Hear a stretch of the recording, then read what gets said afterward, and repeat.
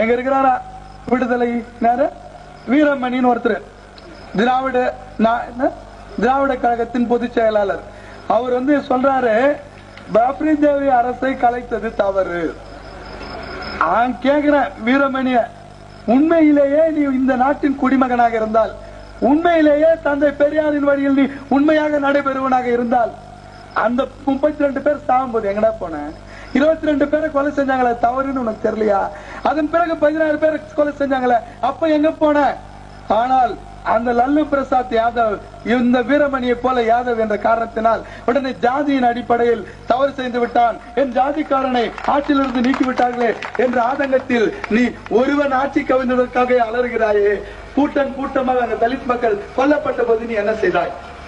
நான் என்ன சொல்றேன், எல்லோரும் இந்நாட்டு குடிமக்கள் என்ற நிலை தவறு செய்யும் போது அவர்களுக்கு தண்டனை தருகின்றார்கள்.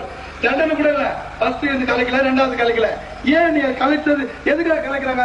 மீண்டும் ஒரு முறை உண்மையிலேயே மக்கள் மத்தியில் உங்களுக்கு செல்வாக்கு இருக்குமேனா எலெக்ஷன் ஜெயிச்சு திருப்பி வாங்க. உங்களை வர முடியாது யாராலையும் சொல்ல முடியாத. எலெக்ஷன்ல வாங்க, மக்கள் மத்தியில் நில்லுங்க, ஜெயிச்சுட்டு வாங்க.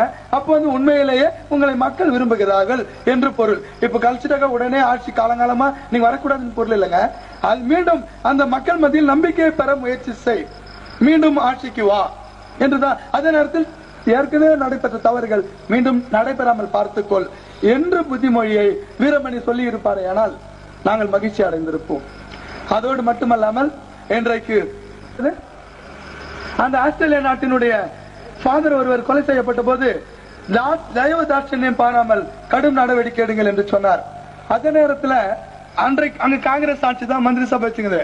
உடனே அந்த காங்கிரஸ் கட்சியின் தலைவி மரியாதைக்குரிய சோனியா காந்தி அம்மையார் அவர்கள் அந்த முதலமைச்சரை மாத்திட்டாங்க. நீ இல்ல வேற ஒரு முதலமைச்சர் வைதான்ட்டாங்க.